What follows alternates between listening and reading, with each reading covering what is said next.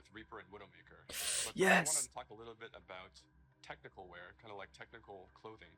What that really is using very techy fabrics, as well as having very intricate but functional straps designed in a way that it's very aesthetically pleasing.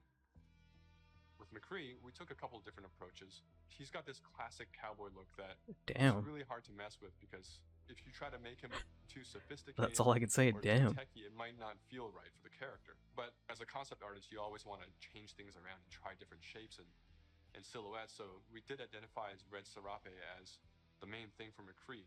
We also tried a couple different things with McCree's cowboy hat. We didn't really want to mess with that too much, because that's a very iconic part of him.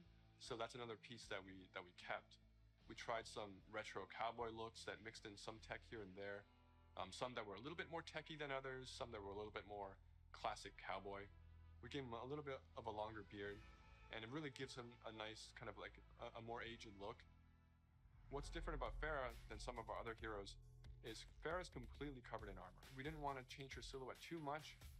It was more about experimenting on different colors. So it felt really appropriate for her to be the one to harken back to those original Overwatch colors of white and blue.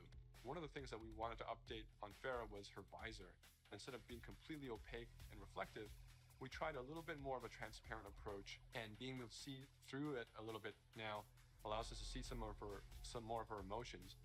Reaper was actually the ones I was very excited to work on, because I could see a lot of potential in how we can integrate his cloak and his cowl and his armor, and how we can make all those shapes really sing within that classic, Reaper silhouette. We tried a couple takes with the first pass, like completely silver arms, more layers to his jacket. Reaper's mask is obviously pretty sacred to us, but the thing you'll notice immediately is that it's now completely silver. Instead of the bone white, he's got this like almost like deadly edgy silver that just gives him that classic Reaper look. With Widowmaker, we started with the idea stage, exploring a breadth of ideas. We I tried lost. things like a more insectoid approach, treasure hunter.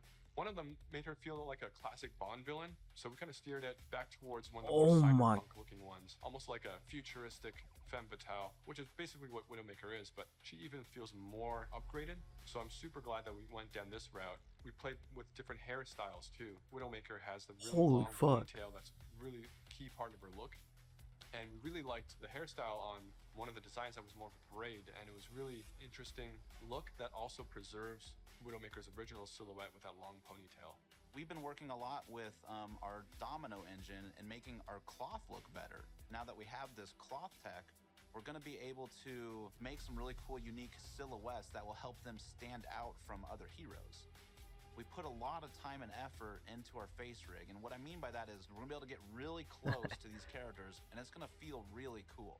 It is absolutely worth the time and the effort to invest in the technology, and that way we can make these characters do more things that we haven't really been able to do before. It's been super exciting working on the new looks for Overwatch 2, and it's just been so inspiring to watch the team try things that we've never tried before, and I just can't wait to show off more in the future.